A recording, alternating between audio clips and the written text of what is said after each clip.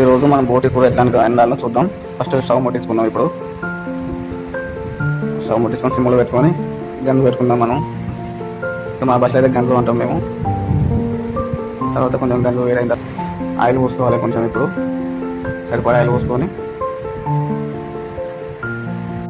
Oil వేడి కాగానే కొంచెం ఆకులు, సాజీర, చెక్క, జీలకర్ర, ఇక టోటల్ మసాలాలు ఉంటాయి కదా, అవి మంచిగా వేయాలి.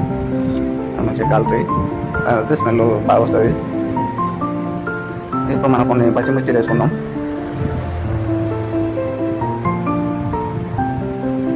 మళ్ళీ కొన్ని ఇప్పుడు వచ్చేసి ఆనియన్స్ అంటే ఉల్లిగడ్డలు వేసుకుందాం. ఇప్పుడు కొన్ని సరిపడ కొన్ని అట్లా కలపాలి. కలర్ వచ్చినా లేదని చూసుకుంటే కలర్ వచ్చే వరకు ఉల్లిగడ్డలు ఎంపుకోవాలి. ఇవి మంచిగా మిర్చి, ఆనియన్స్ బాగా పోతాయి. పోయిన తర్వాత కొంచెం అల్లం పేస్ట్ తీసుకోవాలి. సరిపడా అల్లం పేస్ట్ తీసేసుకోవాలి.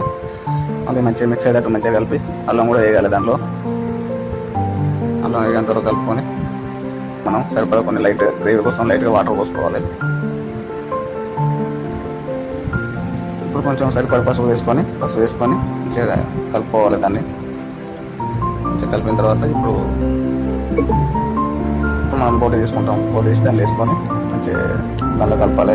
మసాలాలో కలిపిన తర్వాత కొంచెం ఇక వేడి అయ్యి మంచిగా అవుతుంది. సరిపడా సాల్ట్ తీసుకోవాలి. ఇప్పుడు సాల్ట్ మంచిగా సరిపడా వేసుకొని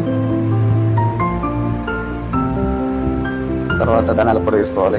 మంచిగా సరిపడా ధనియాల పొడి వేయాలి. బోటికి సంబంధించి ఏంటంటే ధనియాల పొడి వేస్తే ఇంకా మంచి ఫ్లేవర్ వస్తుంది. చాలా బాగా టేస్టీగా కూడా ఉంటుంది. గ్రేవీ చిక్కగా అయితే చాలా టేస్టీగా వస్తుంది ధనియాల పొడి వేస్తే. సరిపడా కారపొడి తీసుకోవాలి.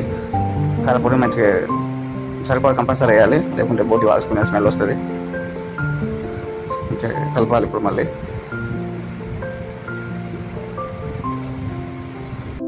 ఇప్పుడు కాపు నమ్మక ముక్క తీసుకొని మంచిగా గింజలు తీసేసి దానిలో పిండితే కలర్ చేంజ్ అవుతుంది, మంచి ఫ్లేవర్ వస్తుంది. అది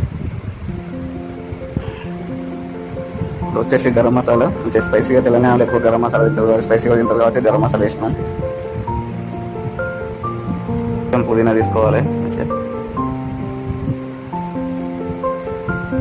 కొంచెం కొత్తిమీర కూడా తీసుకోవాలి, బాగుంటుంది.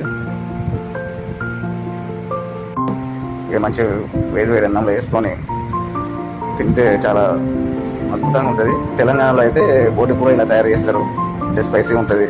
ఎక్కువ తెలంగాణలో స్పైసీగా తింటారు కాబట్టి బాగుంటుంది. Super. Thank you so much.